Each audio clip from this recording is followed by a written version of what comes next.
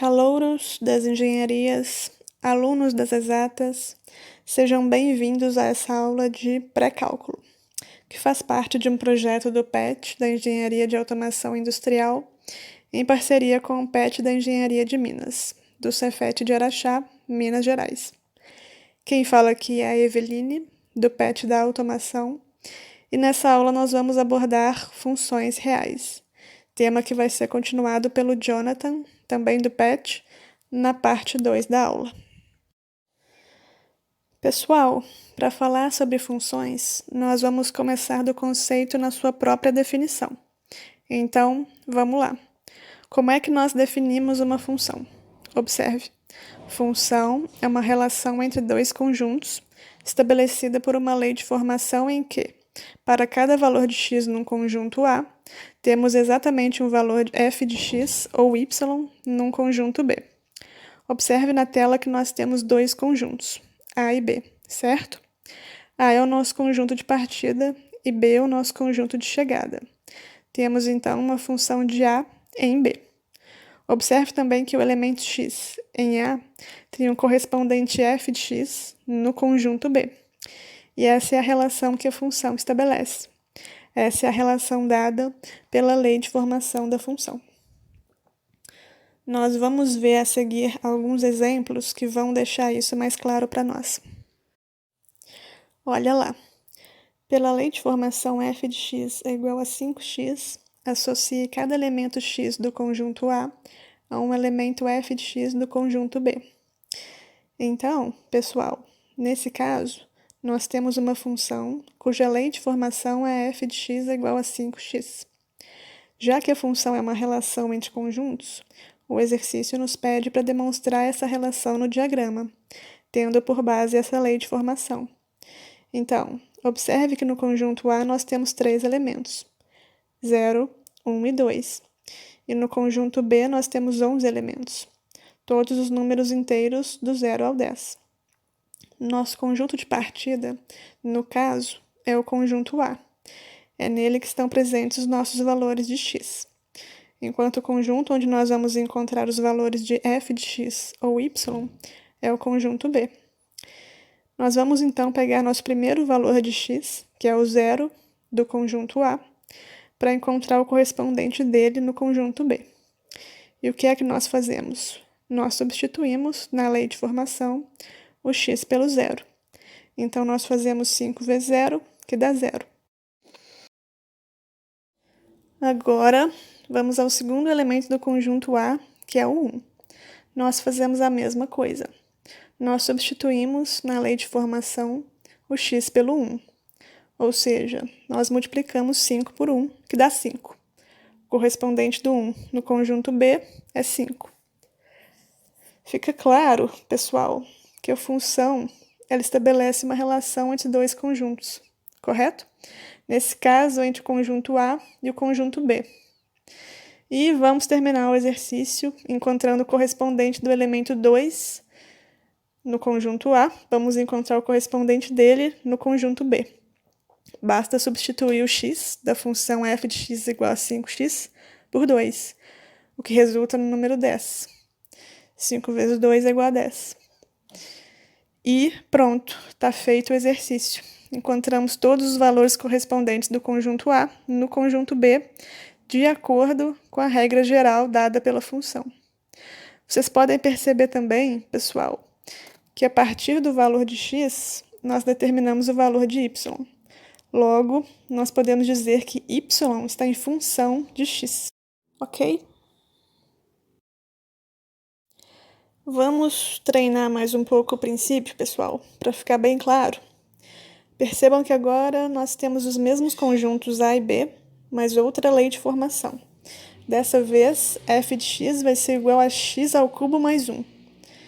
Como nós já vimos, basta a gente substituir o x da função pelos elementos de A, para encontrar seus correspondentes no conjunto B. O primeiro elemento é o 0. 0 ao cubo, 0. Mais 1, 1. Pronto. Encontramos o primeiro correspondente. O segundo elemento é 1. Então, fazemos 1 ao cubo, que dá 1, e somamos 1, que dá 2. encontramos o segundo correspondente. Novamente, percebam que nós estabelecemos uma relação entre dois conjuntos, dada por uma lei de formação, ou regra geral. E vamos ao último elemento, que é o 2. Nós fazemos 2 ao cubo, que dá 8, e somamos 1, que resulta no número 9. E esse é o terceiro elemento correspondente. Pessoal, numa outra ilustração do conceito, nós podemos pensar numa função como uma máquina que transforma um elemento x em outro elemento f de x ou y, de acordo com uma lei de transformação. No desenho, você pode ver um valor x ao lado esquerdo, entrando na máquina, que vai transformá-lo no valor y, de acordo com uma lei de formação, regra geral ou também chamada de fórmula. Agora, turma, alguns pontos importantes quando pensamos em função. Há 2 princípios fundamentais para a constituição de uma função. O primeiro, todo elemento do conjunto de partida deve possuir um correspondente no conjunto de chegada. E o segundo, todo elemento do conjunto de partida deve possuir um e apenas um correspondente no conjunto de chegada. Vamos, então, observar esses princípios num diagrama de flechas. Observem esse diagrama de flechas. Ele representa uma função? O que é que você que está assistindo aí acha? Tem até um balãozinho ali em cima para lembrar você de uma regra da função. Ele diz que todo elemento do conjunto de partida deve possuir um correspondente no conjunto de chegada. Não é isso? Agora observe o conjunto A, que é o conjunto de partida. Todos os elementos do conjunto A possuem um correspondente no conjunto de chegada, que é o conjunto B? Negativo, correto? O elemento 2 não possui nenhum correspondente no conjunto B. Logo, esse diagrama não representa uma função. Agora, observe esse outro diagrama. Ele representa uma função? Observe o balãozinho dizendo que todo elemento do conjunto de partida deve possuir um e apenas um correspondente no conjunto de chegada. E agora observe o diagrama. Essa regra está sendo cumprida? Também não, correto? Porque o elemento 2 do conjunto de partida, o conjunto A, tem 2 correspondentes no conjunto de chegada, que é o conjunto B. Logo, não se trata de uma função. E esse último diagrama, pessoal, ele representa uma função? Observe, ele cumpre os requisitos para ser função? Note que todos os elementos do conjunto de partida possuem o correspondente no conjunto de chegada.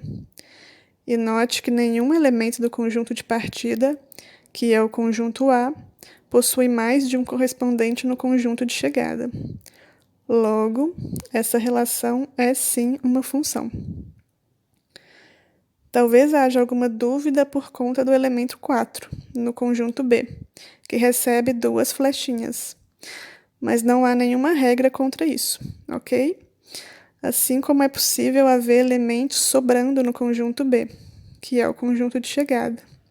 Novamente, nenhuma regra contra isso.